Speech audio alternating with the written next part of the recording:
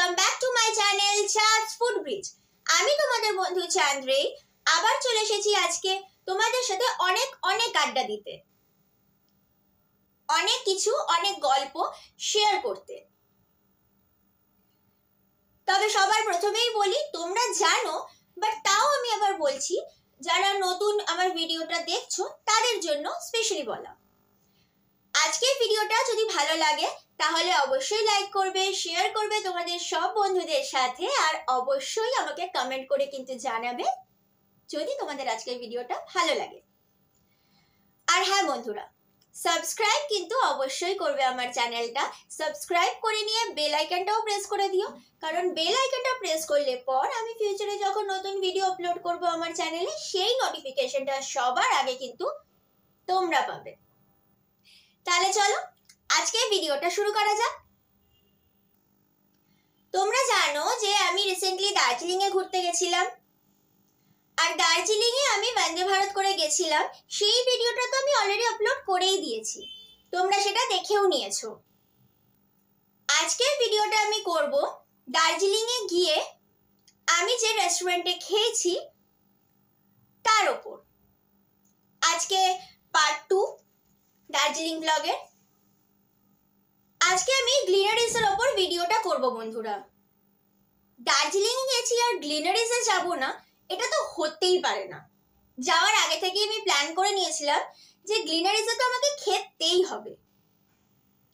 অনেক কিছু শুনেছিলাম দার্জিলিং যাওয়ার আগে গ্লিনারিজ সম্বন্ধে। আমাকে অনেকে বলেছিল যে ওখানে যাচ্ছিস তো গ্লিনারিজে গিয়ে খাবার টেস্ট ডেফিনেটলি করবি, সেটা আমি করেও ছিলাম। গ্লিনারিজে আমি কি কি নিয়েছিলাম সেটা একটু তোমাদের সাথে আগে শেয়ার করে নিই। ভেজ ফ্রাইড রাইস নিয়েছিলাম, চিলি প্রন নিয়েছিলাম, আর অনিয়ন স্যালাড নিয়েছিলাম। এবার আসি কোনটার কত দাম ছিল সেটাতে। ভেজ ফ্রাইড রাইস এক প্লেটের দাম ছিল 320 টাকা, চিলি প্রন এক প্লেটের দাম ছিল 480 টাকা, আর অনিয়ন স্যালাড যেটা আমরা নিয়েছিলাম সেটার দাম ছিল 120 টাকা। খাবারগুলো সম্বন্ধে তো আমার কিচ্ছু বলার নেই, জাস্ট অসাধারণ ছিল খাবারগুলো, খুবই টেস্টি ছিল।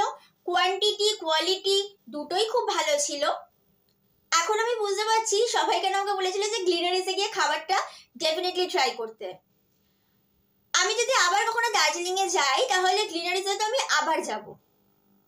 আর গ্লিনারিজের অ্যাটমসফিয়ারটাও আমার খুব ভালো লেগেছে, খুবই সুন্দর। একজন গান গাইছিলেন ওখানে, ভীষণ সুন্দর অ্যাটমসফিয়ার লেগেছে আমার। আমরা জানি যে দার্জিলিং খুব সুন্দর একটা শহর। দার্জিলিং এর সৌন্দর্যে সবাই বারবার ছুটে যায় দার্জিলিং শহরটাতে, আমিও তার ব্যতিক্রম নই। দার্জিলিং এর প্রেমে আমিও পড়েছি, তাই বারবার আমার দার্জিলিং এ যেতে খুব ভালো লাগে।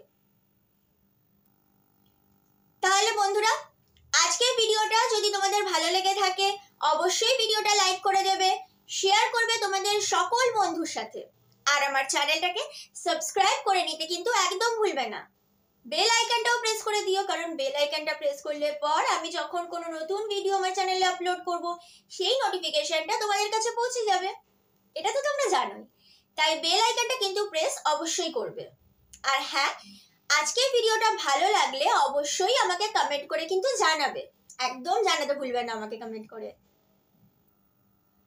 আর হ্যাঁ, আরেকটা জিনিসও কিন্তু আমাকে জানিও, আমি তো দার্জিলিং এর প্রেমে পড়েই গেছি। আমার মতো তোমরাও কি দার্জিলিং এর প্রেমে পড়েছো? তোমরাও কি দার্জিলিং শহরটাকে খুব ভালোবেসেছো? আজকে আসি বন্ধুরা, দেখা হবে পরের ভিডিওতে। সবাই খুব ভালো থেকো, সুস্থ থেকো, টাটা।